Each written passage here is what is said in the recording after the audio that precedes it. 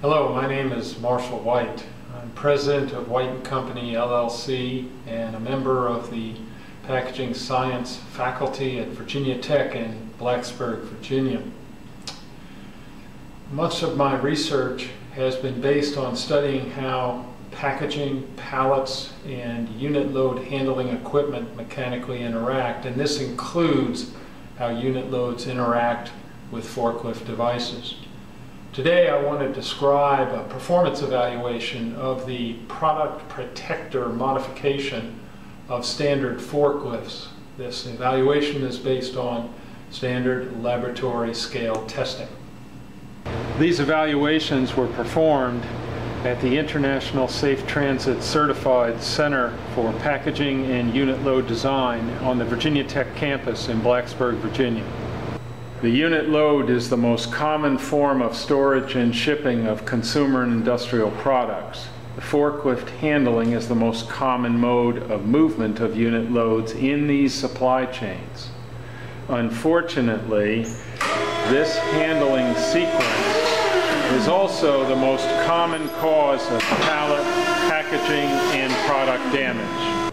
The most common damage to wood pallets caused by forklift handling is damage to the top deck end board as shown here.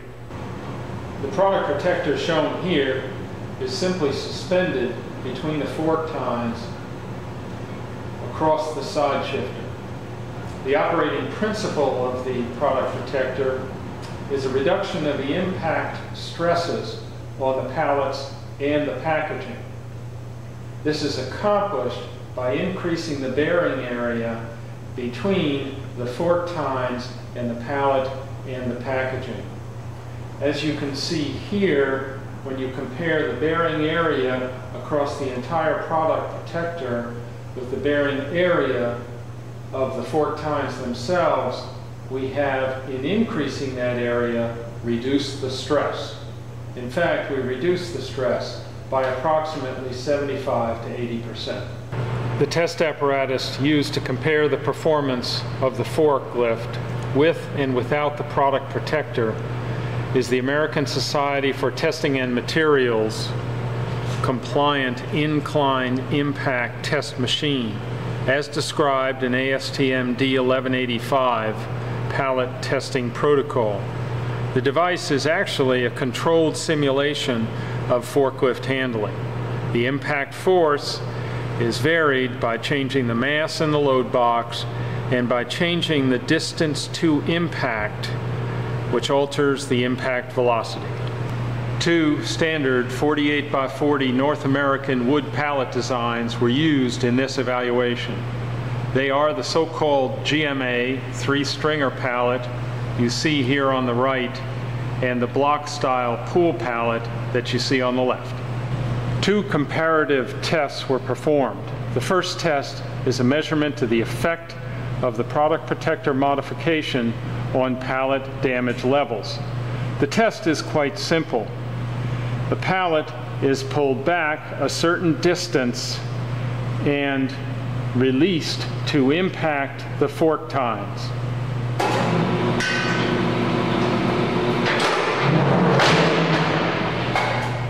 This is repeated until pallet failure occurs.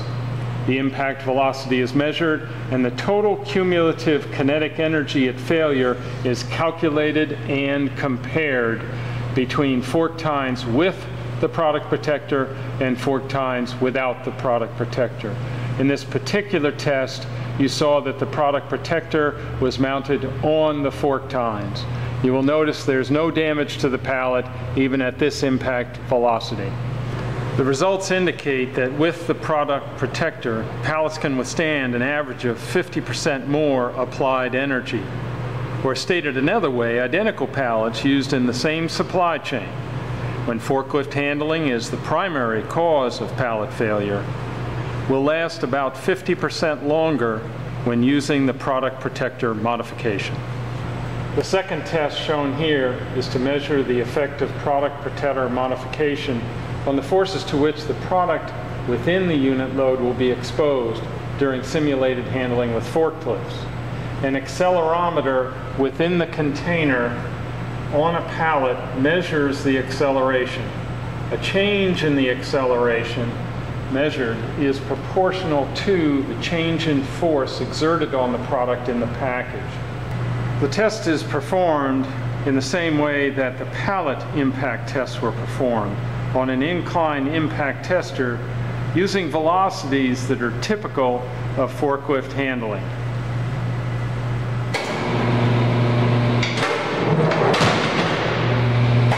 This is an example of a shock pulse from the package impact test.